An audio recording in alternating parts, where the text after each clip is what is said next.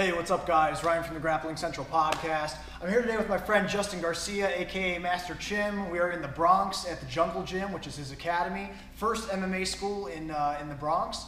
And Chim, I appreciate you taking time with us today. Chim's been a two-time guest of the show, so if you guys haven't heard his episodes yet, go back and listen to them. They're the best ones there. Absolutely. Chim, I appreciate you having us at the academy. It's an amazing facility, man. And Chim, you're going to provide a technique tip of the week. Right? I'm going to provide one. You're going to provide one. I appreciate it. What do you want me to say? I want you to lay down with your head that way. I can't do it on the other That's side. Okay. It's fine. No, It's okay. I can only grab my arm. No, this arm. I only put the order in this armpit.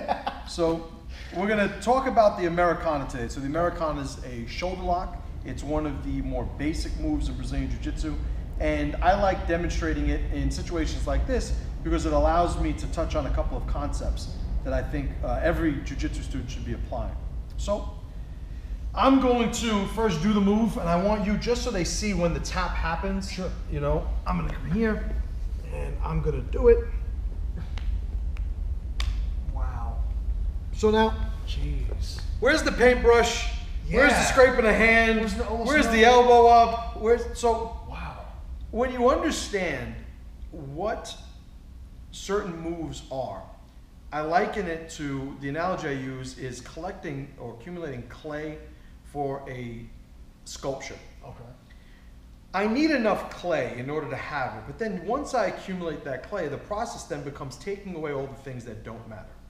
So when people are usually taught how to do the Americana, it's positioning your hand at the wrist, at the upper forearm, using your weight to secure it on the ground, not letting the wrist come up, elbow into the neck, taking the bottom hand, the top and bottom is a reference to his head and his feet, and finding my own wrist, and then it's slide it down, and then lift it up. Are you feeling the tap there? I was. Tight ass shoulders, right? So it's there, and then it's raising the elbow.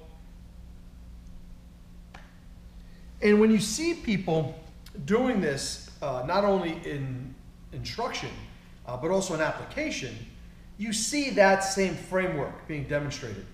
So I think for every move in Jiu-Jitsu that is valid, there is a depth of understanding. And the depth usually isn't adding things. It's like I had referenced earlier, it's removing things.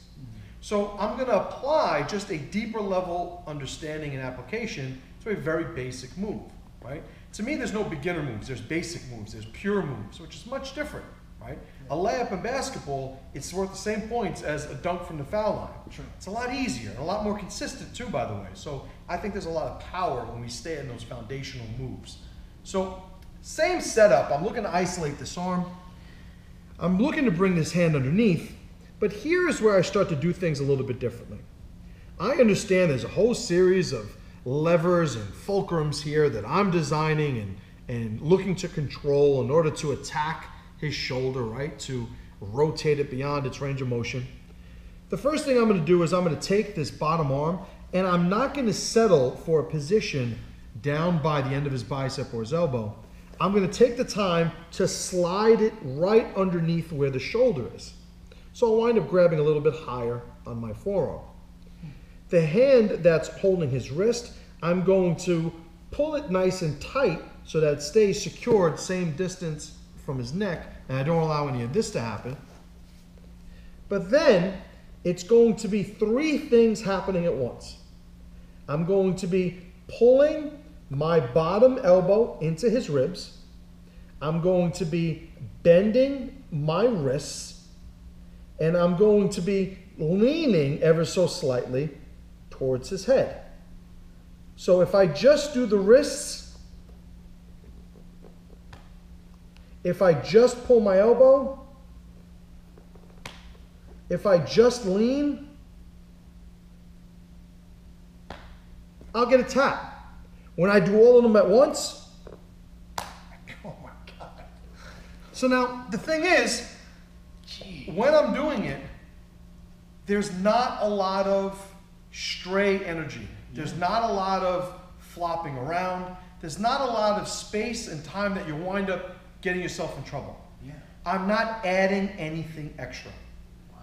So for me, and that's it, I'm not gonna do it anymore. I wanted to fuck up your shoulder, but No, the point of it is, any move that you're learning, whether it's an arm bar from the guard, a triangle, a rear naked choke, a double leg, once you understand or have what I call the spirit of the move, right? Enough clay, the process is now stripping away all the extra movements so that you are doing the purest expression of the move. An analogy that I use, and we'll end it with this, is if I'm a samurai in a duel with a sword, I'm looking to kill my opponent as I unsheath my blade. Everything else is extra. Everything else is a commentary on how much power I do not have in this particular skill. Wow, that's fascinating. We know what else really blew my mind about that too, is that some people have dexterity or flexibility or resistance with in particular directions. For example, when you were doing just the elbow part, or when you were doing just the leaning of the weight part, my elbow went a little higher, took it a little longer before I would tap. You did the turning of the wrist, it was a little quicker than that for me.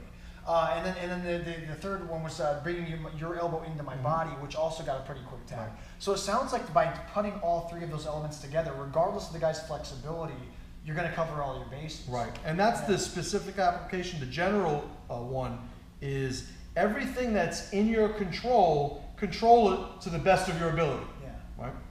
Phenomenal. Master Cool. Chim, I greatly appreciate that. No, thank you. Guys, Thank again, you guys for watching. if you haven't heard Master Chim's episodes of the show, be sure to go back. He's been on Best twice. ones there. Best ones there. So go back and listen if you haven't heard him yet.